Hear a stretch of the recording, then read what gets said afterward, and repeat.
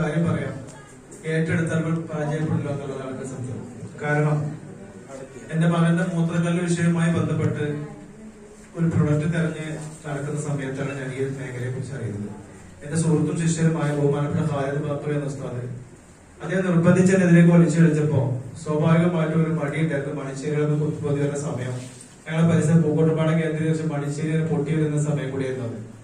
അപ്പൊ ആ സമയത്ത് അതേക്കുറിച്ച് അദ്ദേഹത്തോട് ഒരുപാട് അദ്ദേഹം ഒഴിവാക്കാൻ വേണ്ടി ശ്രമിച്ചെങ്കിലും അദ്ദേഹം അറിയുന്ന കാര്യങ്ങളൊക്കെ എന്നോട് പറഞ്ഞ് സ്വാഭാവികമായിട്ട് കുറച്ച് ഇതിനെ സംബന്ധിച്ച് പഠിക്കാൻ തയ്യാറി. ഏകദേശം 1.5 മാസം പഠിച്ച് ഇത് മതപരമായിട്ടും, പ്രത്യേകിച്ച് മതപുസ്തകന്മാർക്ക് ഞാൻ മദ്രസാധ്യാപകനാണ്, മഹാന്റെ തലത്തിലും അതുപോലെ സംഘടനാ തലത്തിലൊക്കെ തലപ്പത്തുള്ള ഒരാൾ സ്വാഭാവികമായിട്ട് ഏതെങ്കിലും മണിശ്ശേരി പോയി പെട്ടു കഴിഞ്ഞാല് അത് പ്രശ്നമാകുമല്ലോ, ആളുകളിൽ നിന്ന് ആണുങ്ങളുമല്ലോ എന്നൊരു തോന്നൽ കൂടി വന്നതുകൊണ്ട് കാര്യമായി തന്നെ പഠിച്ച് മതപരമായിട്ടുള്ള കാര്യങ്ങളും നിയമപരമാണെന്നും പഠിച്ച് ഇത് രണ്ടും പഠിച്ചതിനല്ല, ഇത് ഡയറക്ടസിന്റെ സിസ്റ്റം വേറെയാണ്, തനി കച്ചവടമാണ് എന്നുള്ള കാര്യങ്ങൾ തിരിച്ചറിഞ്ഞതിന് ശേഷമാണ് ഇത് പ്രവർത്തിച്ചു തുടങ്ങിയത്. അതിനുശേഷം പരസ്യമായിട്ട് എല്ലാ നിലക്കും കാര്യം ചെയ്തുകൊണ്ടിരിക്കുന്നു.